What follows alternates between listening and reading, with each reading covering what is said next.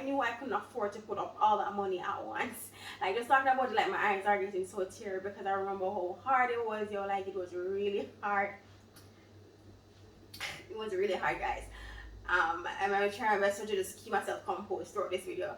But I'm not lie, like, it was really Attention, girl, I know you, but you're everything I want in life. We're fighting danger like kung fu.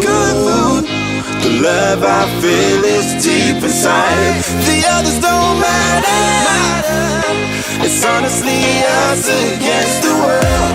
We're the perfect team. You're my dream, and I just want it. Can't get to myself. Can't get to myself. Can't get to myself. Hey guys, welcome back to our channel. So today I'm just by myself. I'm going to do a video as the title suggests. It's a story time about my time in vet school, and not the pretty bits, the sad parts, the rough parts, the unfortunate patches. So I'm just gonna be talking a little bit, about that with you guys. Your viewers, we are here for you. We're doing these videos for you. So I will try my best to be as transparent as possible. Like, not everything that you see about our life is always glitz and glamour. We do have some rough patches, and here's a small part, well, not a small part, but here's a part of mine. If you are new, welcome. If you're not, welcome back, guys. I do know that you may be wondering, where is Courtney? He's not feeling so well, and I wasn't feeling well last week, so because of that we didn't do a video last week. I really didn't want this week to pass without us doing a video this week, so I'm here to do one today. And what better time to do one by myself than a time when he's not able to be a part of the video. So I'm gonna go ahead and start, but before I do, make sure to hit that subscription button if you have not yet subscribed. Make sure to give this video a thumbs up, because it's really going to take a lot out of me to discuss these incidents or activities and circumstances and all that stuff with you. So please make sure that you like this video. Alright, guys. So as you can see from the title, guys, surviving vet school with little to no money. Man, God is good. God is good, I tell you. I get a lot of requests about doing stuff about vet school, about how to apply, stuff like that. But I think before I jump into all of that, I need to level with you guys. I need you to understand that tertiary education, whether it's vet school, med school, business school, art school, whatever it is, it's no joke thing. And if you're not careful, it can put you in a lot of debt. So if you really and truly are not about that debt life and the student loan life, and you want to see how you can navigate yourself through tertiary institution without incurring a lot of debt on yourself, then please stick around, guys. So the first thing I want to talk about is right, I literally had to list down my points because I did not want to miss anything, guys. So the first thing I want to discuss with you is year one. Like, literally year one. I started vet school not knowing how I would finish financially. Like, I didn't know where the next year would appear from. I didn't know how the tuition would go. I didn't even know how the housing fee would go. So as you guys know, I didn't study in Jamaica. I studied in Trinidad and Tobago. Before that, I went to CASE, which is the College of Agriculture, Science and Technology.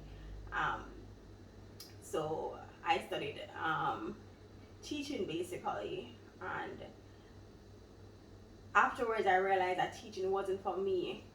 And I always said that I was going to use teaching as a stepping stone to, push myself into the career I wanted. And I always knew I wanted to end up in medicine. Not necessarily vet med or human med, but I just knew I wanted to do something in medicine, and I was just guided into veterinary medicine. Now, when I went to vet school, I actually worked the summer, saved up my tuition for the first year. Didn't know how the the hall fee was gonna go, but I said, what? God is gonna find a way. God is gonna make a way. And I went. I did my first semester. I did exceptionally well. It was on the dean's list and all. The first year they actually make you do medical courses. So you basically do MBBS 1 and MBBS 2. So we were in class with a lot of MBBS students. So I did really well, and I made a lot of friends. Well, not a lot of friends, but I made friends and stuff.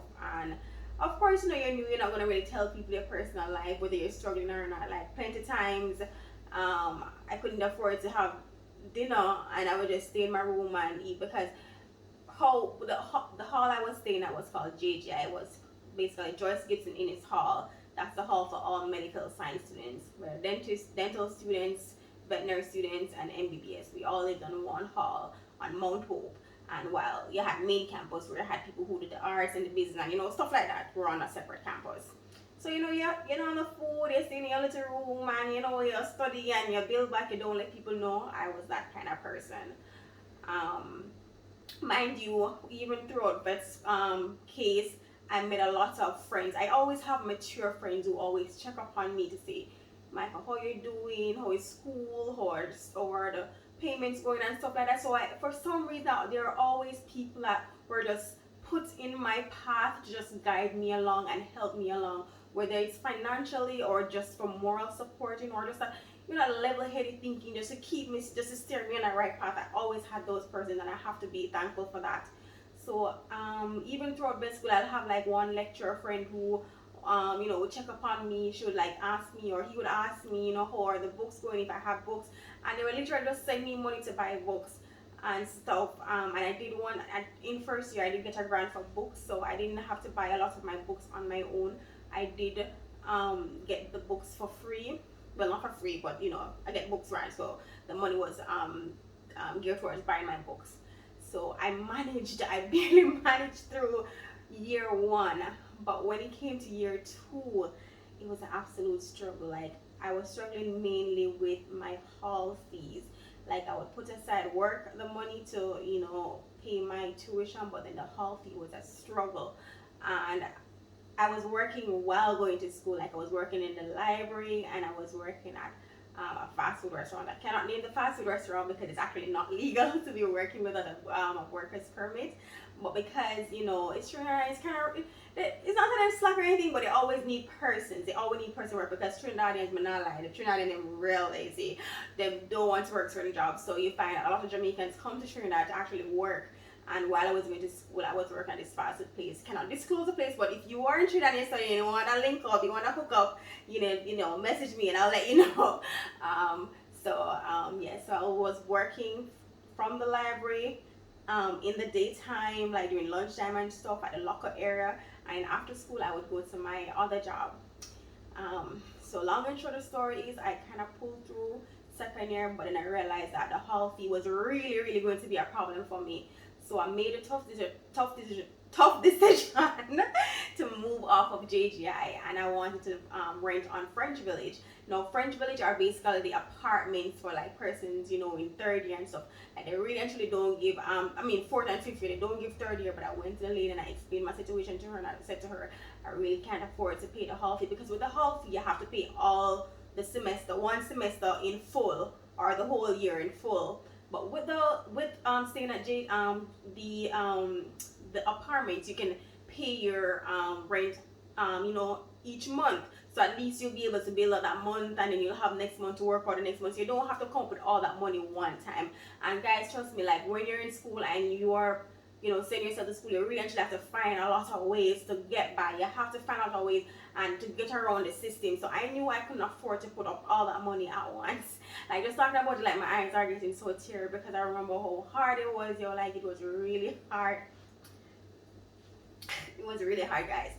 I'm gonna try my best to just keep myself composed throughout this video.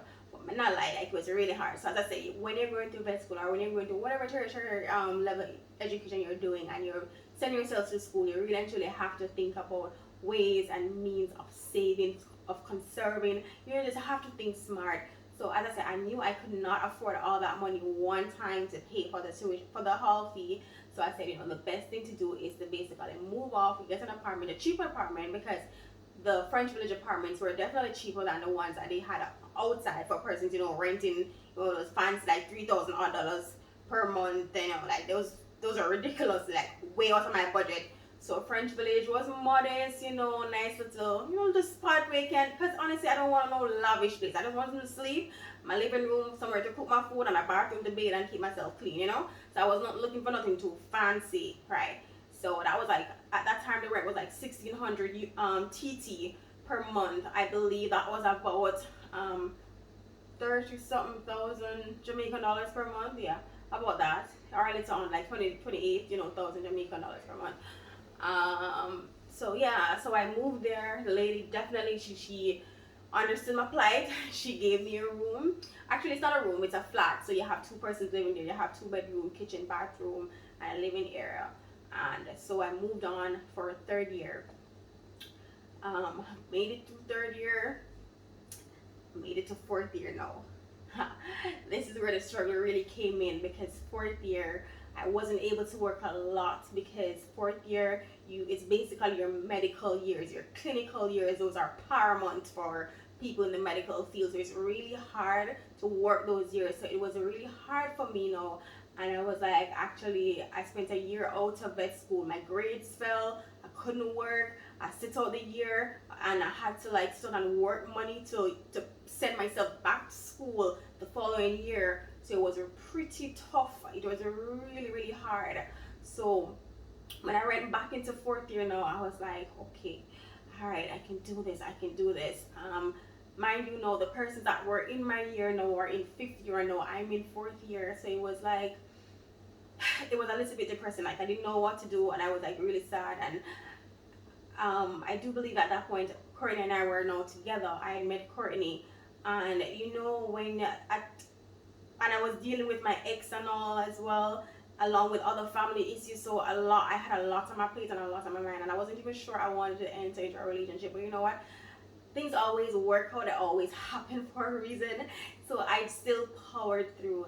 And I remember Courtney actually sent someone, like at this point when we were in fourth year, we were even saving to buy a house too, because when I came to Jamaica, I was still living in St. Thomas, and I always knew that I definitely wanted to move from St. Thomas, because you know, it's a small house with, you know, your siblings and stuff, and I being the eldest definitely wanted my own space. I said to Corinne, this is not going to work out, even though I'm in Trinidad and I'm struggling to do my school stuff. I do want to save to buy my house.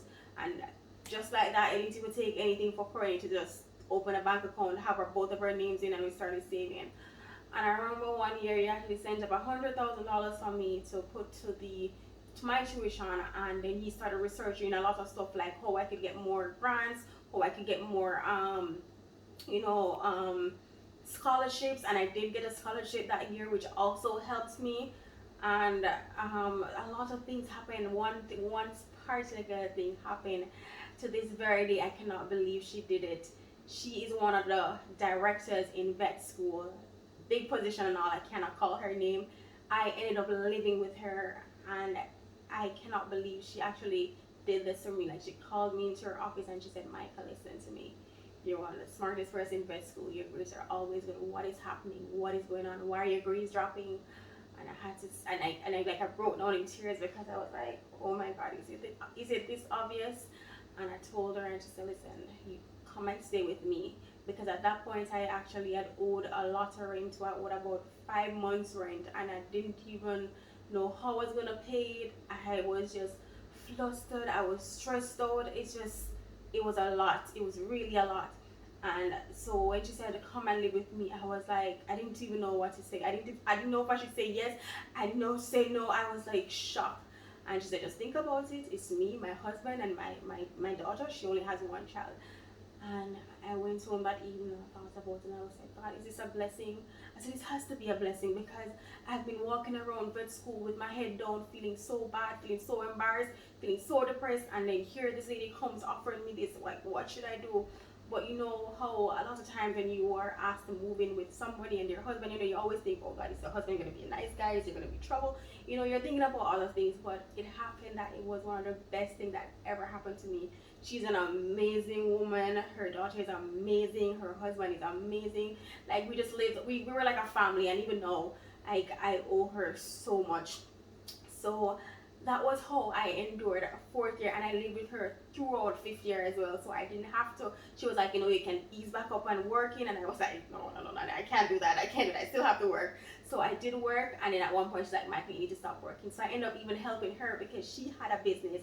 So in Jamaica, we always have to try to help out. When people can't help you, we not, we have to jump around. Like literally, wake up early, and everybody else have to do stuff around the house. It was just, and she's like, you don't have to do this stuff, and I'm like, no, I want some. So I always helped her no matter what she's doing. I'm always up at the crack of dawn helping her at the store and stuff like that. And it just started looking up, and I was like, God, you're real good, God. God, yes, God, yes to you. So, I ended up finishing the final year. Picture right there.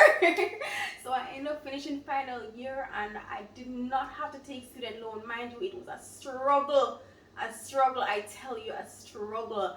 Like, I don't know, man. Like, at one point I was like, how am I going to do this?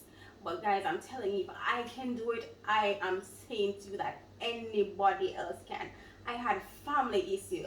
I had a relationship drama. This mad one almost stressed me out, killed me. But so I said, listen to me.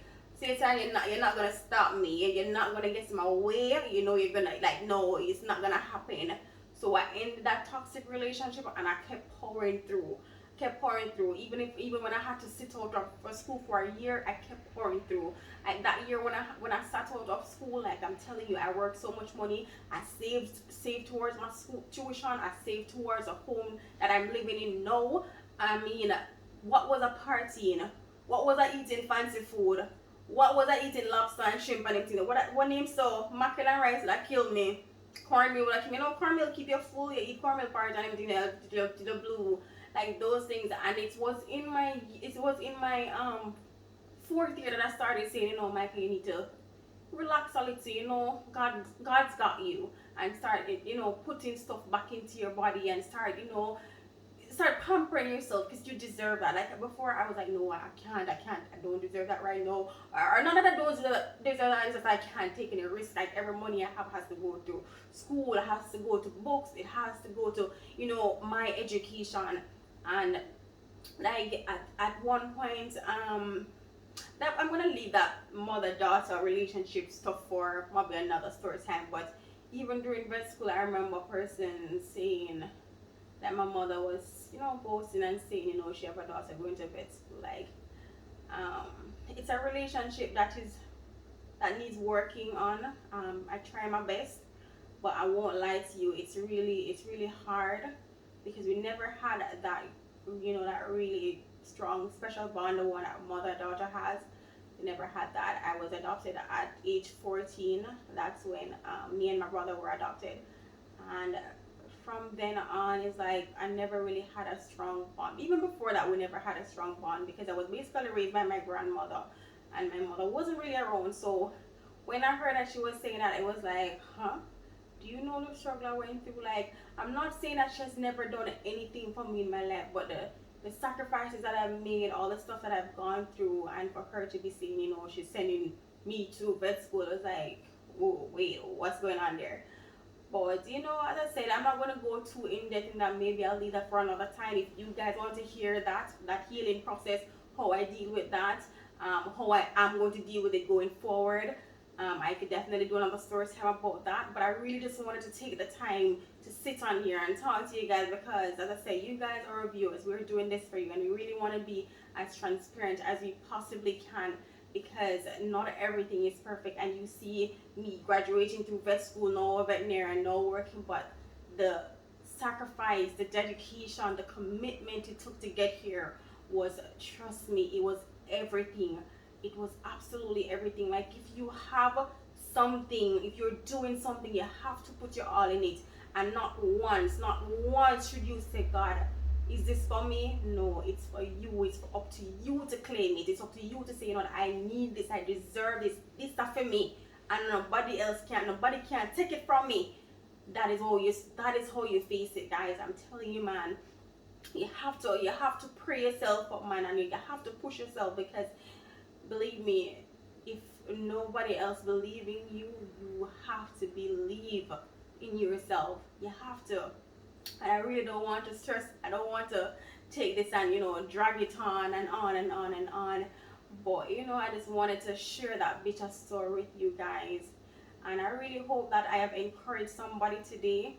I made it through vet school, yes, but it wasn't easy. And as I say, if I can do it, anybody can do it. I made it through this video without crying. I'm so glad. Like, I really didn't want to come in here and cry and talk about my sad self. But I'm not sad anymore, guys. No, I married before I finished vet school. We bought our house like a year after, and we're doing well. Mind you, our life is still not perfect. So everybody has their issues. But it's just about you just have to keep pushing, keep going, keep praying. Like, you have to have the Lord in absolutely everything you do. You have to, just never ever give up on yourself, guys. Don't ever give up on yourself, because I believe in y'all. And I know you can do it. If I can do it, you can do it. So without further ado, guys, this is basically the end of this video. If you like this video, make sure to give it a thumbs up. If you are not subscribed, guys, please hit that subscription button, guys. Hit that subscription button, and make sure that you stay tuned for all our videos. Make sure that you hit the notification bell also to be notified whenever we upload, so you don't miss a video, because we're really trying our best to be as consistent as we can. Yeah. So see you next week, guys. Bye.